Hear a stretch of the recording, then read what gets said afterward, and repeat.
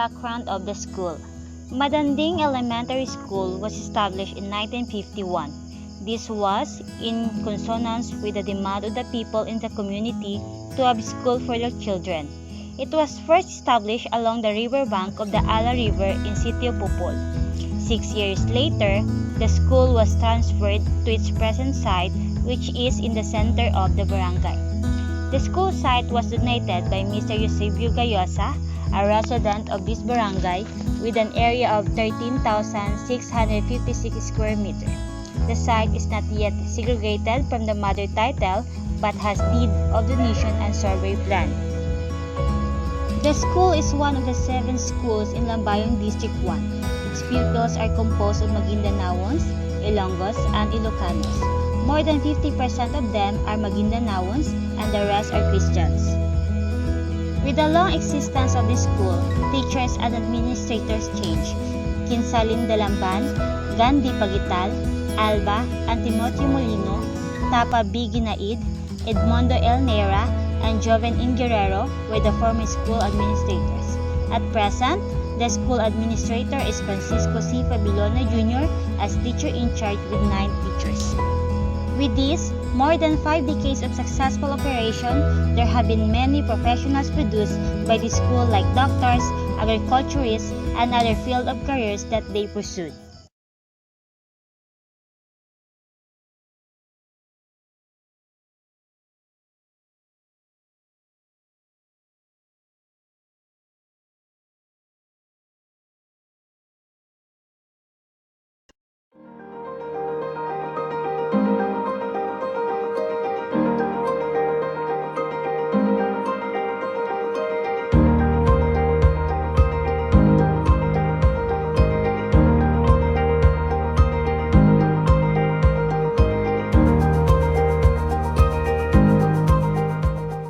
Problems. What are the difficulties that were experienced by the teachers and pupils with regards in transportation, lighting, and water system? As a barangay captain, how did you help the school to address the problem? Barangay Madanding ensures that the teachers and school children can have their utmost comfort. With that, we made immediate action. For instance, road repair. Sinisigurado ng LGU Madanding na ang mga guro at mag-aral ay makakarating ng maaga sa paaralan. We also installed plumbing to help lessen the burden of electricity bill. By doing this, mas mapapadali at efficient ang water system sa barangay at paaralan. Through the effort of local government, we made possibly light street by installing solar light. We really thanks our municipality through their effort na malagyan ng to avoid further destruction in the barangay.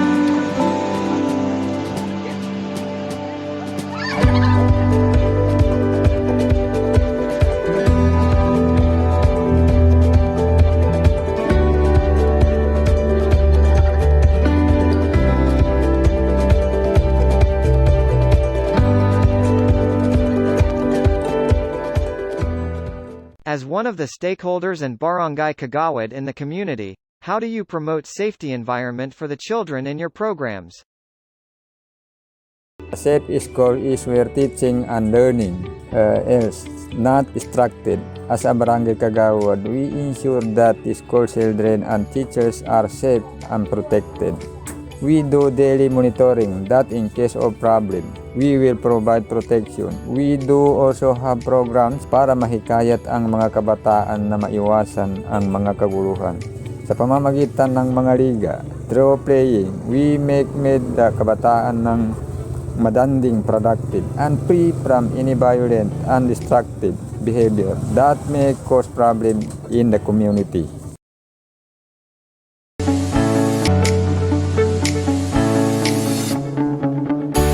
What are the current programs that were implemented to promote health and wellness? As a barangay health worker of the community, how it be a success? Student well-being and their success in the outside school depend on their health. As a barangay health worker, we have programs like vaccination, immunization. We do also give vitamin A for the children. We passed the current adolescent evaluation and luckily we are now in level 2. Ang BHW ng Madanding ay nagko-conduct din ng heighting and weighing para sa mga bata upang malaman ang kanilang body mass index.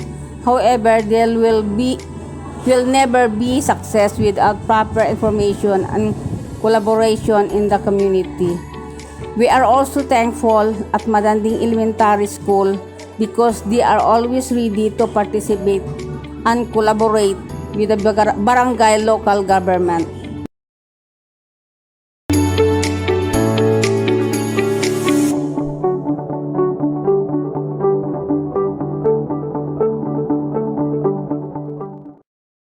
How does Brigda Eskwela implemented in your school? How this program create relationship with school and community? Brigada Eskwela was launched in 2003. It promotes the Filipino spirit of bayanihan or volunteerism, bringing together parents and members of the school community and partners from the private sector. This is an annual activity led by DepEd where everyone in the school community, including private sector, work together to prepare schools for the opening of classes. Here in Madanding Elementary School, we begin the National Schools Maintenance Week or the Brigada Eskwela with a recorrida informing parents, school community of the said activity. Each advisors shall tap or communicate through text, call, or messages online informing them of their schedule in rendering their voluntary services during the activity. They may help through cleaning the surroundings or they may donate any materials that may be used during the activities. To ensure that everybody cooperates, their attendance is recorded and recognized through documents needed in the submission of the said activity. Brigada Eskwela creates a strong and harmonious relationship with the school and community. It builds oneness and cooperation to all stakeholders where camaraderie among them develops. Through Brigada Eskwela, the learnings of the school children are ensured.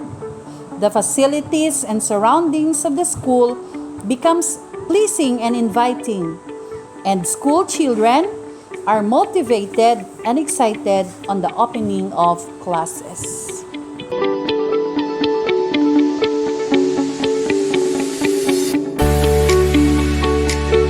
What is the purpose of school-based feeding program? In your school, what are your best practices? School-based feeding program aims to address the malnutrition and encourage the learners to enroll. It provides nourishment to improve the nutritional status and for their development to help boost their immune system. There are some research that shows when a child is physically fit, the level of achievement is high.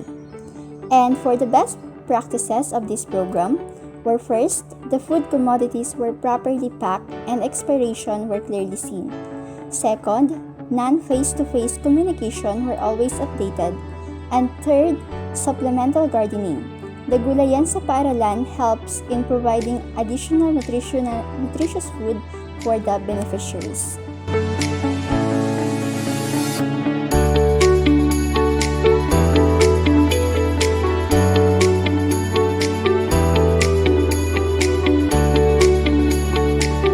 During this pandemic, what mode of instruction you are practicing in school? Did you encounter some difficulties in implementing modular learning? What did you do to address the problem? We used modular distance learning as a medium of instruction.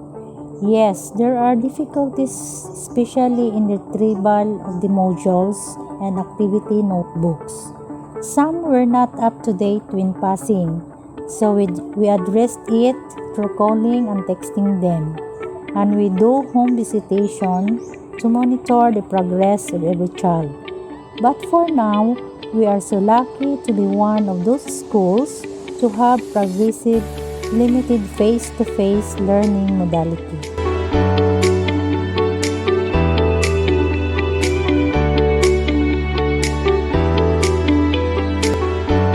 Why did you choose radio-based as a medium of instruction? What are the advantages of using it?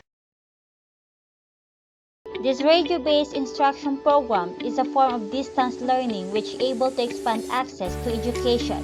It is a form of learning which teach learners who are unable to attend face-to-face lessons or who are in remote areas. The goal of this radio-based instruction is to continue teaching and learning process despite of the challenges we encounter.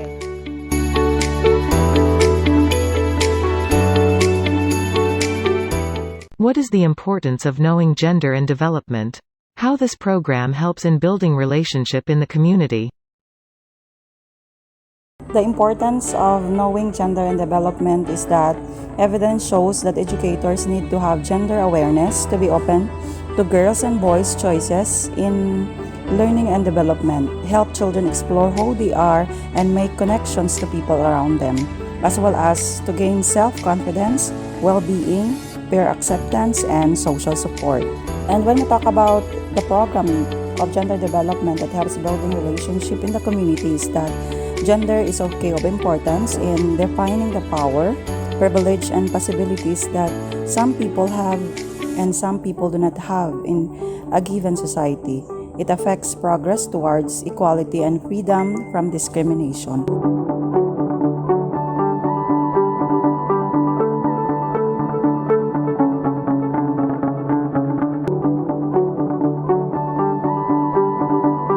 As an experienced principal, how can you develop a child-friendly school? How does a welcoming environment helps the pupils in their learning? To develop a child-friendly school, as a school manager, first, formulate policies, guidelines pertaining to child-friendly school. Make sure that it will be implemented and followed by all concerns. Post it in conspicuous places inside and outside the classrooms within the school premises. Next, makes your school have the atmosphere and ambience of a child-friendly school through functional CR, comfort rooms in every classrooms, gendered comfort room for higher grades 4, 5, and 6, availabilities of hand washing areas, dental traps, urinals, and clinic. Foremost, the teacher should be child-friendly all the time.